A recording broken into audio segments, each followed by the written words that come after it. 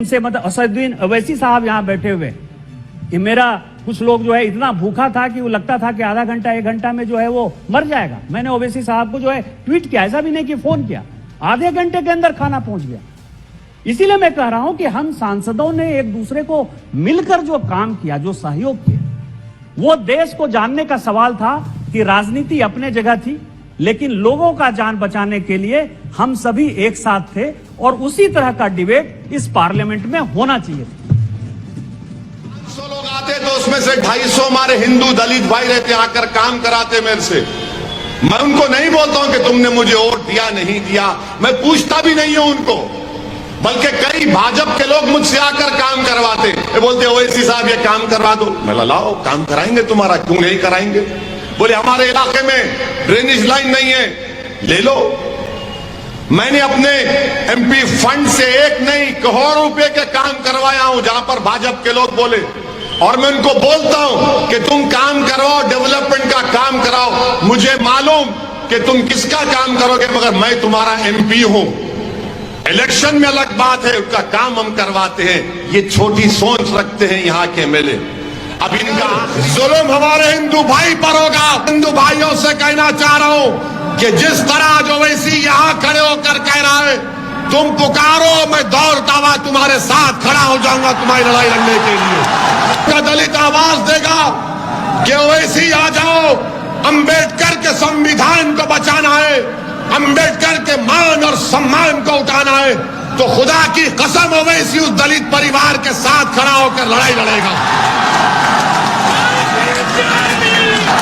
हमने कहा दिमाग में नहीं, हमारे दिल में बाबा साहब अंबेडकर है। हमारी सोच और फिक्र में, हमारी सोच और फिक्र में किसी से नफरत नहीं है। हम की यादी पिछड़ा आदिवासियों की बात नहीं करता। असदुद्दीन ओवैसी जो कमजोर है उसको ताकतवर बनाने की बात करता था और करता रहेगा। हमने कभी भी मजहब के नाम पर भेदभाव नहीं किया। मेरी कोई एक ऐसी तकरीर दिखा दो जहां पर मैंने किसी समाज या किसी मजहब के बारे में कहा मेरी लड़ाई संविधान बचाने की है।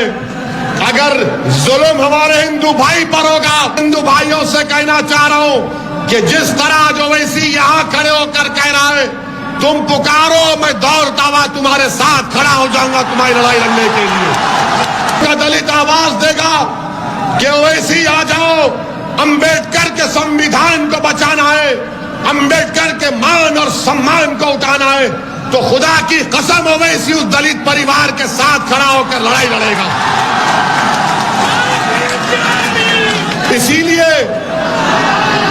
इसीलिए जब 2019 में हैदराबाद की आवाम ने हमको चौथी मर्तबा रुकने पार्लियामान एमपी बनाया, तो हम जब हल्फ लेने के लिए गए तो बीजेपी के 300 एमपी नारा लगाना शुरू कर दी। हमको देखकर हमने भारत के संविधान पर, अल्लाह के नाम पर हल्फ लिया। उसके बाद हमने नारा लगाया जय भीम, तो बीजेपी के लोगों एमपी सन्नाटे में आ गए, जबान कतर लिए। बाद में हमसे पूछे ये तुम्हारे दिमाग में कैसा आता है। हमने कहा दिमाग में नहीं, हमारे दिल में बाबा साहब अंबेडकर है। हमारी सोच और फिक्र में, हमारी सोच और फिक्र में किसी से नफरत नहीं है।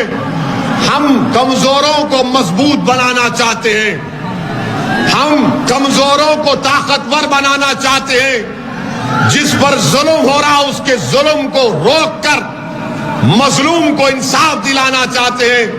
यही लड़ाई मजलिस इत्तेहादुल मुस्लिमीन की है।